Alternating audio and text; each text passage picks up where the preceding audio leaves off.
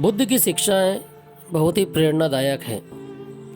इसी वीडियो में हम एक बुद्ध का प्रसंग सुनने वाले हैं। मगर आप यदि चैनल पर नए हैं तो चैनल को सब्सक्राइब कर लीजिए। किसी नगर में एक व्यक्ति रहता था। उसकी पत्नी और 3 बेटियां थी। पूरा परिवार हंसी खुशी से जीवन व्यतीत कर रहा था।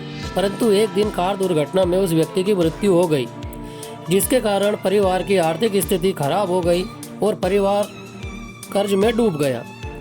मगर कुछ सालों बाद उस व्यक्ति ने एक हंस के रूप में पुनर्जन्म ले लिया था और उसे उसकी याददाश्त भी मालूम थी। जैसे ही हंस को मनुष्य जन्म की याद आई, वह उड़कर अपने परिवार के पास पहुंच गया। जाकर आंगन में पहुंचा तो उसे उसकी पत्नी दिखाई पड़ी। हंस ने पत्नी को पुनर्जन्म की कहानी बताई। पत्नी को विश्वास हो गया, पर पत्नी ने कहा कि तुम्हारे मरने के बाद घर की हालत बहुत खराब हो गई है, साथ ही तीनों बेटियों का भी बहुत बुरा हाल है। कमाना खाना मुश्किल हो गया है। हंस को ध्यान आया कि मेरे पंख सोने के हैं। तुरंत ही हंस ने एक पंख तोड़कर अपनी पत्नी को दे दिया और तीनों बेटियों से बाद में मिलने का वादा किया और उड़ गया। सारी घटना अपनी बेटियों को बताते हुए वह बोली कि तुम्हारे पापा ने हंस के रूप में पुनर्जन्म लिया है।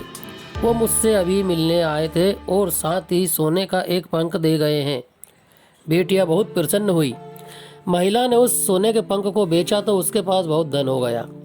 तभी उसके मन में विचार आया कि एक पंख की इतनी कीमत है तो सारे पंखों की कीमत कितनी होगी।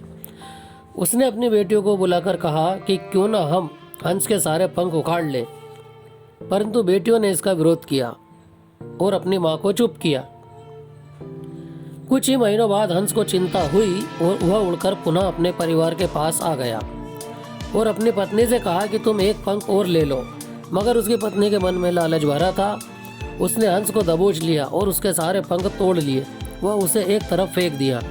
हंस को बहुत पीड़ा हुई। इतने में उसकी तीनों बेटियां आ गईं और अपनी माँ के हाथों में खून से लथपथ पंख देखकर पूछा, ये क्या किया है? उसकी माँ ने सारी बात कही। बेटियों ने कहा, हमने तुमसे मना किया था माँ, परंतु तुम नहीं मानी, और अपने पिता यानी हंस को ढूंढने लगी। पास ही हंस उन्हें मिल गया, जो उड़ने में असमर्थ था। मगर बेटियों ने स्नेह और प्रेम के द्वारा हंस की चिकित्सा और सेवा की। कुछ ही महीनों में हंस के नए पर निकल आए और अपनी बेटियों को बुलाकर कहा कि तुम्हारी माँ लालची है। उसने मेरे सारे पंख सोने के लालच में तोड़ दिए, परंतु बिना मेरी मर्जी के पंख सोने में नहीं बदलते हैं। करुणा करके हंस ने अपनी बेटियों को पुनः सोने के पंख दिए और आशीर्वाद देकर सदा सदा के लिए ही उड़ गया।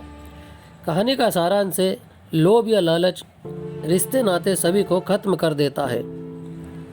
दोस्तों, यदि कहानी पसंद आई हो तो अपने मित्रों और दोस्तों में शेयर कीजिए।